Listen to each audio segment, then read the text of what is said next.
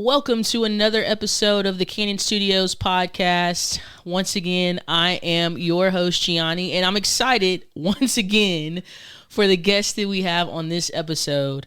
How can I describe this? How can I describe you? Are you live right now? Yeah, it's recording. Are you serious? I'm typing on my phone. But we're going to pause. I'm so sorry. No, but like they're not going to see you on this part. I'm leaving this in. I'm so sorry. No, I'm just introducing you so they don't even know who it is because they're not going to see your face until I'm like, hey, it's time for you to talk. All right. So, yeah. The person that I have here, I feel like I have a special connection with because he asked me a question during our first ever time having a one-on-one. He asked me, was I weird? And it's just been like this weird bond thing that we've had ever since. And so it's only right to have him on the show. Aside from being my weird brother, which I'm going to call him, he's also a genius marketer and a serial entrepreneur. And I don't use those terms lightly because the people that are actually good marketers are few and far between.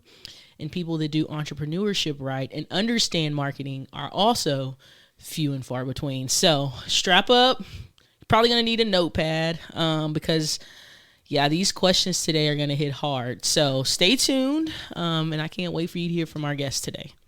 Today we have a special guest. Do you have a little like intro kind of thing that's going to roll off?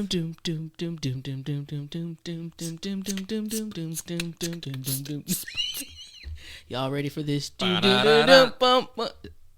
that was it. Nobody else got that, just so you know. Like, nobody else had an introduction like that. Okay, yeah, that makes me like your best podcast host. I agree. Guest. Your best podcast guest at this point. For sure. Let's right on. Okay. All right. We have someone that's sitting across from me, if you couldn't recognize his voice, that is one of a kind. And I truly mean that. I have not met another human that is like this special person. I met his wife first, and then I had the pleasure of meeting him afterwards, and it's been great. And so when I think of really complex yet effective marketing, I think of this person. And when I think of someone that's always thinking on the next level in terms of business and entrepreneurship, I also think of this person. And so it's none other than Jimmy Allen. Hi, Gianni. Hi. Thanks. Thanks for asking me to be on today. And Absolutely. I'm, you're using all these fancy words to describe who I am, and quite honestly, like I'm the kid that grew up here, and I happen to have made a few special connections throughout, turning 18, going to college, studying marketing, studying web development, and things like that. So Yeah. I'm honestly quite nothing more than like the people who have poured into me. Yeah. So if I ever had to attribute anything like that, like that's who I am, is the people who poured into me, and Jesus, and he's amazing, and so all of that, like I appreciate you saying all those kind things. Absolutely. But just so everyone knows, like I'm not anyone special. Yeah. Just a guy who studies and works pretty But hard. that does make you special. Sure. Maybe different. maybe different in your own way. Yeah. Yeah. I can get Absolutely. Absolutely. So, if you've been around Jimmy for more than 5 minutes, you understand that this is the true core of his personality. And so, although we think he is something special, he is very humble in terms of the things that he's accomplished and the things that he's working towards. And so, God is using him in some really cool ways. So, you recently, you're still kind of in the process of being promoted to a dad. Yeah. Oh, yeah. Man, that's so funny. My head was all on work. I was like, yeah, she's going to ask me about marketing and business. And, oh, my gosh. That's the craziest thing that's happening in my life right now is we're, my wife and I were 2 months out on our first baby coming down the pipeline. So I use the word pipeline. It's like it's some kind of backlog of tasks that need to be done. No, it's like the most important thing that's happening right now is like we're having a baby, and we're doing a all natural home birth after studying things and researching and learning about, just about everything. My wife, she's such a nut job in the best way. Like I love people who go deep and get their facts straight, and she's just one of those people. And so I'm glad that she's the mom. Shout out to Liz. Shout out to Liz. Yeah. Absolutely. So congrats on that. It is life-changing for sure. Let's jump into some fun questions. You ready? Yeah. Fire away. Okay. I'm excited about this first one. So if there was a how-to manual on being you, what would some key chapters or surprising tips be that's in it? Well, one of the things that I kind of decided on pretty early was that, and I'm not sure. I mean, this could have been baked in since I was a child. Mm-hmm. But I've always known for a long time that I am somebody who helps people. Mm-hmm. And not everyone is built this way, like biological, mental, psychological kind of way. I'm not sure what makes me this way. Yeah. We can attribute it to God. Yeah. Most likely. But I'm one of those guys that, like, I'd throw an entire day away if it meant that somebody got helped. Mm-hmm. So that's, like, at the core. Mm-hmm. Like, if you opened up the manual and you looked at it and said, step 1, help people. Mm-hmm. And then step 2 would have been like ... Like, are you still doing step 1? Because that's what you're here for. Yeah. And that's at the core. That's essentially it. Now, help comes in a bunch of different ways. Yeah. And I've learned about boundaries in helping people. Because some people can't be helped, or some people won't help themselves. So it's important to see that and be able to distinguish between times and circumstances where it's appropriate to step in and intervene and help people versus sometimes the best thing you can do for somebody is to allow them to go through a process and not kind of lift them up over whatever their obstacles are at that point in time. So probably, like, there's not it's a very short manual. Yeah. It's a very short one, but yeah, it's very, very open-ended. Just get out there, get your hands dirty, help people, figure stuff out, learn as much as you can, and have fun doing it. Okay. I love that. And you get to help people now, personally and with business. So yeah, it's feeding all those. Business is it's a great way to do it because, there's a saying that I really like. It's that, your charity is like, it's giving. Mm-hmm. Charity is giving and helping, but expecting nothing in return. Mm. And business is giving and helping, but expecting something in return. Usually it's like compensation. Cash for anyone. Yeah. But so there's times where you get to get out there and you help people, and it's like they want to they want some kind of, they want to give back or like pay in some way, and it's like that's not what we're here for. Yeah. I'm happy to go and help inside of charities and nonprofits a lot. And especially do work for them, do marketing and business. It's not business, I guess. It's like marketing and growth for them. But really the whole point of that was to affect change in people's lives without expecting anything in return. Yeah. So that's one way of doing it. And then the business side is, I'm going to affect change in your life, and we agree that it's going to be an exchange of value for help.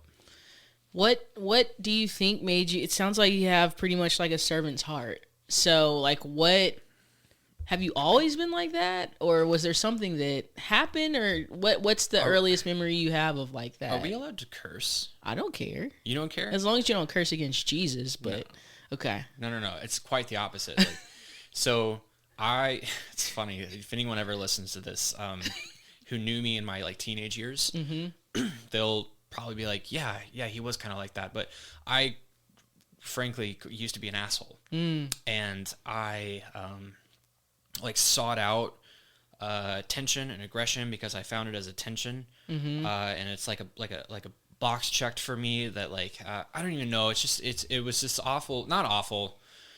It was just my priorities and my life wasn't really aligned. And that was all the way up until probably the age of 21 or 22. Okay. At that point in time, one of my family members, my sister, was like begging me over and over again, like, come to church, like come be with your family, come do this. And I wanted nothing to do with it. And for the longest time, basically from about the age of 12 to 22, I wanted nothing to do with God. And God and Jesus were that turning point for me, where it's like I always wanted to be part of the situation, and I always wanted to help, but I never really wanted to be like a servant. Yeah. Like, there's a little bit of a difference there. It's like I want to be involved means I don't want to be outside of the circle, or I don't want to be rejected.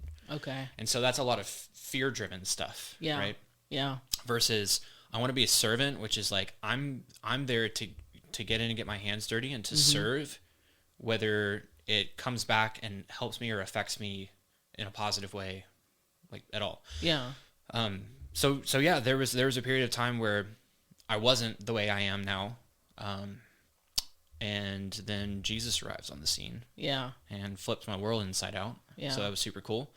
I'm totally downplaying it right now, but you know, he's one of those people that just gets in and just like takes your world and just like, right, shows you his way of living. So that's pretty much about the point in time where I was like, okay, it's time to get serious about serving and helping people, whether you expect anything in return or not. I mean, there's tons of opportunities out there for you to, because people are touting off their problems all the time. You look left and right, and there's misery loves company, and people love to just dump it out there. It's like, okay, well, how can I help you today? Right. It's a simple question, you know? Right.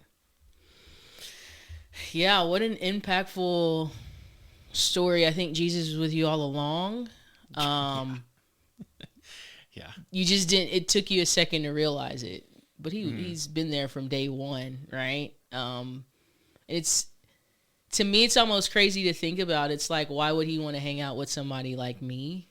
Right? Or why, you know, like before you really start to form that relationship. And so that's what it sounded like kind of happened to you. Like God stopped you in your tracks and you were like, okay, it's like, we got to do something about how I am. Yeah. So. Yeah.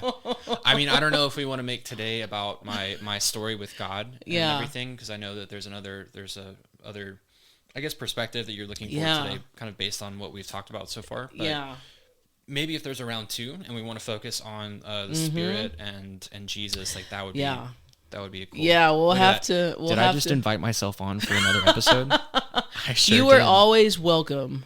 For sure. Sure. I'll have to get you back before the baby comes, because then you will have no time. All right. Okay, if you could bottle up one aspect of your personality and sell it, what would it be? And what would be on the warning label? I think irrational excitement. Okay. And taken in large doses. Okay. Because there's points in the game of marketing and in the game of business. Yeah.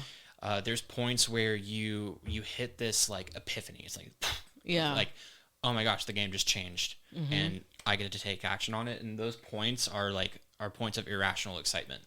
So I actually recently had one of those for a business that I launched, and it was the sudden realization of like, wow, I can have a multi-million-dollar business, no overhead, minimal expenses, and the customer pays for the product, the inventory, the shipping, the fulfillment of everything at the point of sale. Yeah, and it kind of broke down some walls for me of like, let's call them excuses as to why, like, oh, I would do that, but this and this reason I shouldn't, or it's just exposing myself to risk, and I just came to the realization on this business that I just started with a partner that, wow, it was like a huge epiphany of like, oh my gosh, we can do this. And it was minimal risk, minimal exposure.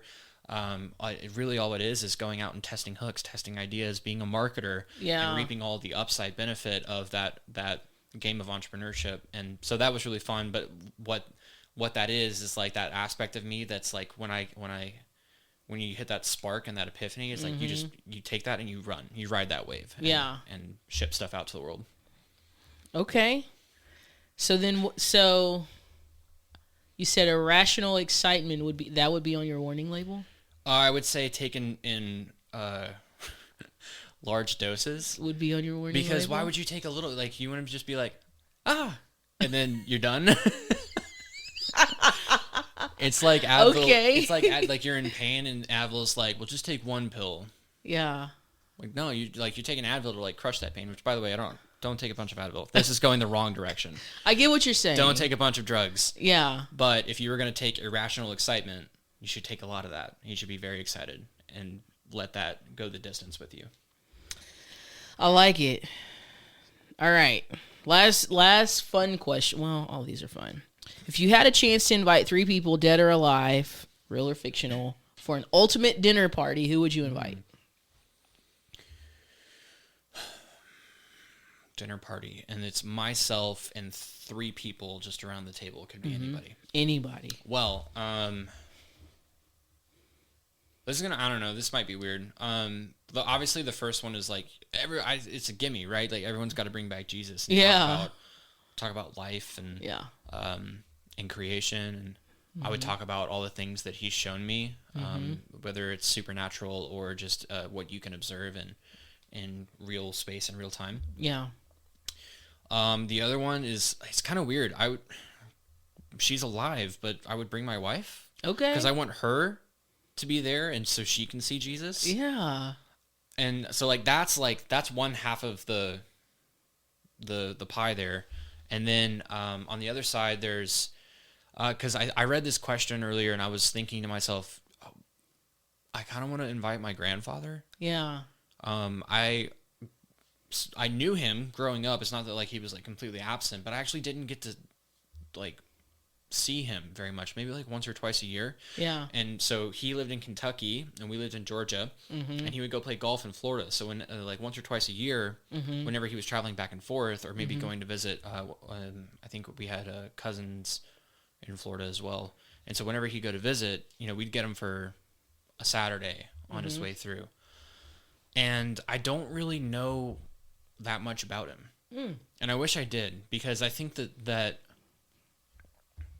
the habits that he has that get passed to my father, that get passed to me, is like you can kind of study that further, and whether they're good or bad habits. Like maybe my grandfather was really obsessed with helping people too. Yeah. Because my dad is kind of like that. He's always kind of, interjecting into situations where he can be helpful. So kind of learning more about him so that I can know more about myself would be really cool. Yeah. That would be interesting. What would you ask Jesus? And what would y'all eat? Okay, hang on. So it's so funny that you just said that, because I've thought about this before, and it's like when you get to heaven, you get, you can hang out with God and hang out with Jesus and ask anything. And it's like, I mean, from what we know about Revelation, is like all of heaven is just like singing and praise the whole time. It's like, do they take a pause? Do they take a breather? And like, here's the Q&A section of heaven, right? All right, everyone line up. You get one question, and then it's like 600 songs all over. We'll get you in 3,000 years, but what is that to eternity, right? Right. No, but I thought about this thing that like there's sorry, my brain sometimes goes faster than my mouth lets the words out. So I thought about this question. If I ever got to look God in the face and ask him, hey, what's this whole eating thing about? Think about it.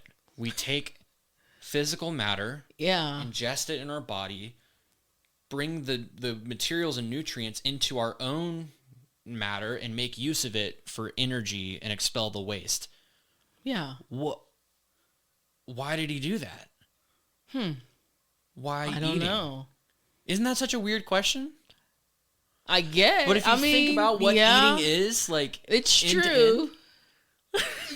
Gianni's like, I regret inviting this guy on my podcast now. Now I'm like, why do we eat? I mean, I like to eat, but no, trust me, I love it. I love eating. I love food. I love coffee. I love everything about it. It's great. And then it makes me think about scripture, like I'm the bread of life. Yeah. Take me in daily. That's a good. Now I feel like I want to go study that. Yeah, it could totally be like a thing, but I geeked out on like why do we put physical matter in our physical bodies and extract the nutrients for energy and expel the waste, and like why is that the design? I didn't know. I don't. That's only something God can answer. He's the designer and the creator. So your answer is very smart, because mine was not going to be that complex. I would ask, why did he create mosquitoes? the nerve of that guy. Like, what is the point of a mosquito? Genuinely, I don't know the purpose, but I did hear recently that if you wanted somebody who is fortified and strong and well-adjusted, you don't put them in easy situations. And so maybe, just maybe, mosquitoes are here to test our patience so that we might grow stronger in patience towards mosquitoes. That's the only thing I got. Okay. It's not a good theory. It's not a good one. Okay, and then what would y'all eat if y'all were at dinner? Me and God. And Liz and your grandpa. Oh, well, God's a meat eater, so yeah, probably get some sick barbecue. I think that could be good. Maybe some, like, you think that God's good at, like, cooking lamb?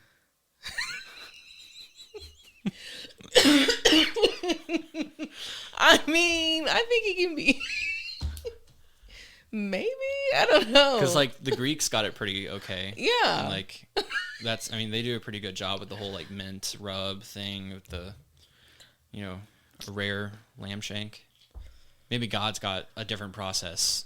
Maybe. Like, drizzle on some of that manna. Yeah, like Salt Bay. Like Salt Bay. Oh, my God. Hey, we have to move on to the next question. I can't be saying this about him. Okay. All right. We're almost out of time. All right, I'm going to ask you one question. We've talked about you. I'm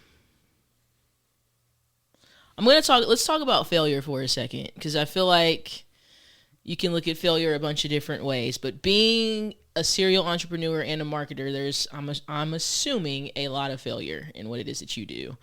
So it's often mentioned that failure is the greatest teacher. Can you share an instance where that happened within marketing? Yeah, that you learned from it.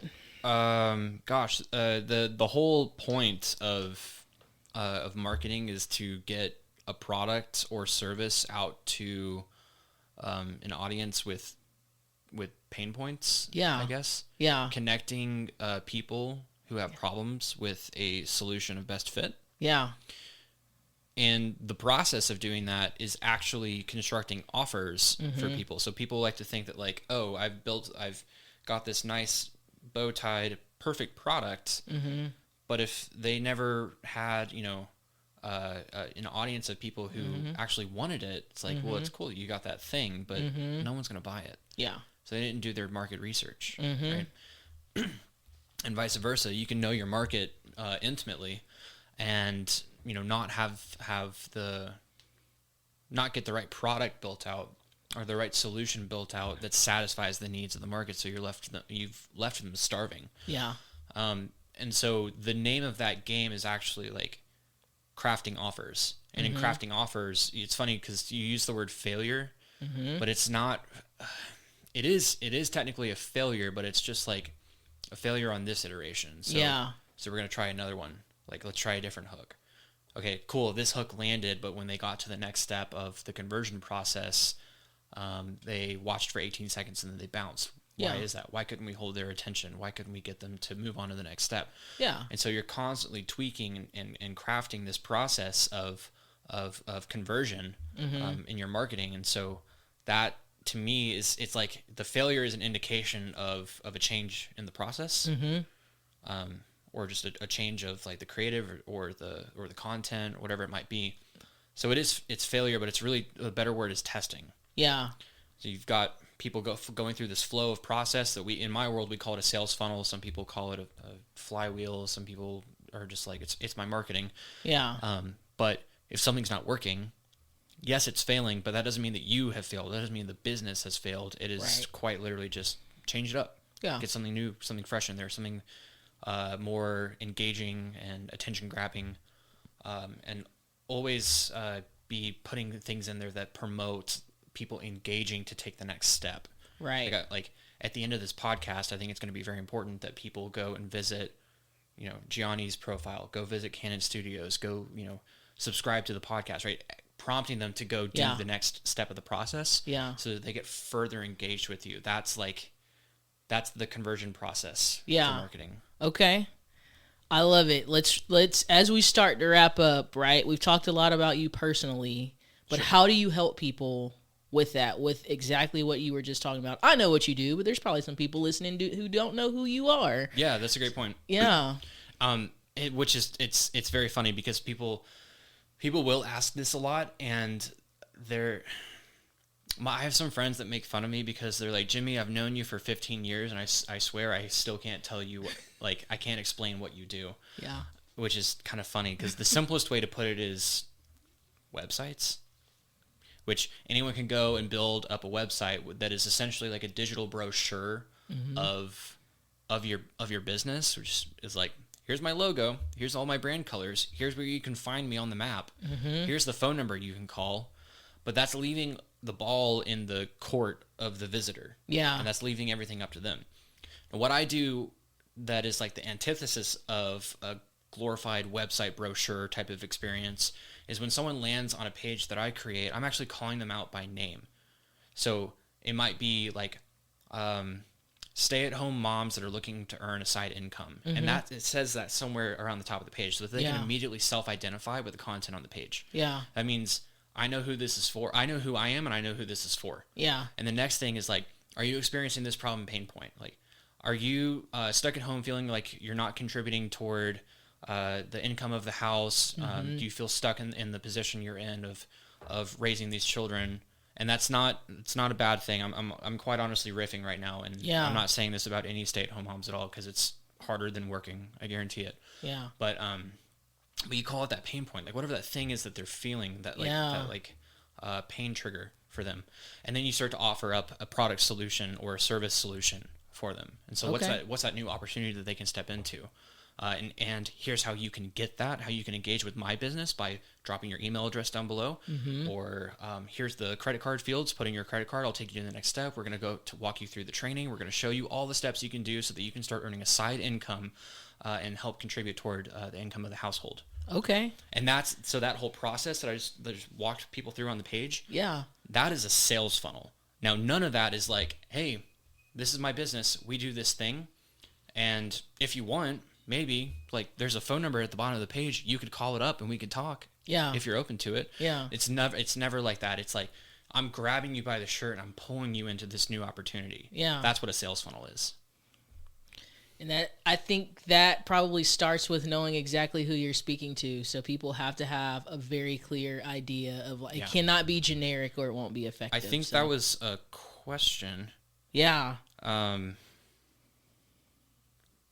Wave a magic wand, instantly solve one major challenge that marketers and entrepreneurs face. I swear, if you people don't start focusing on who you're talking to, you're burning dollars. You're burning cash in your business if you are not obsessed with the person that your business is marketing to. Yeah. Otherwise, it's all for naught. Yeah. Then you might get a business out of that, but you're never gonna create a movement if you don't focus on who you market to. Like, take Apple, $1 trillion business. They're obsessed with the who. Yeah. And they're obsessed with the product, but it starts with the who. Who are they marketing to, and does that product satisfy the needs of the market? Right. It's the who. Pew. Whoa, crazy, right? Listen, we will have to do a part 2. I know that we're kind of on a time crunch. We went a little bit over our time, so I'm going to wrap up. Do you have any questions for me or questions, anything? No, I was thinking at the beginning, like, hey, can I come on for a part 2? Yeah, and you could definitely. And I kind of accidentally, very intentionally invited myself on for a part 2, which is totally cool. But I think it's going to be great because then I won't be pressed for time, hopefully. And we can get a little deeper into some of these questions and the marketing questions. Plus, what we can do is we can launch this out and see what people have to say about it. Maybe like comment on what people have to say, which could be fun. So Yeah. For sure. All right, very last question. My favorite question. Imagine that you've just won a Grammy. What would you say in your thank you speech? I think I opened with that accidentally. Didn't I? I mean, just recap it. Thank you, but I'm nothing more than the people who came before me. Mm-hmm. There's a book about that. It's like something about the shoulders of giants. Like you're just standing on the shoulders of giants. Yeah. And the people that I connect with on a daily basis, and that, like, there's some people that I work for. There's some people that I work with. There's some people that work for me. Yeah. There's all this stuff. It's like I'm just like the culmination of all those people that came before me. Yeah.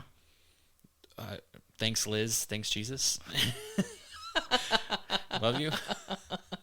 And then I'd probably just stand there silently because I'm a very awkward person, and then realize, oh, you've got to walk off the stage now. Yeah. And that would be it. I could see that. Yeah. This is like I forgot to walk off the stage, and then the announcer's like tapping me on the shoulder, like, you got to get out of here now. That would be it.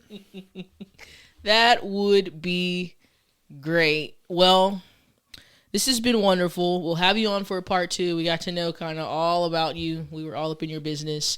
But part 2 will be more marketing specific questions. You still did touch on a lot of good things in here, though. Sure. Still some gems that people can take away, so I appreciate that. As always, this is your host, Gianni of the Canaan Studios podcast, here with Jimmy Allen. Thank you for tuning in. Be sure to like, subscribe, and share this episode with at least 5 people. Just text it to them, right? If you got to this part, that means that you found this information valuable and you liked what you heard. So share it with 5 people. And stay tuned for part 2 where we bring Jimmy back on the show. Thanks for listening, guys. Until next time.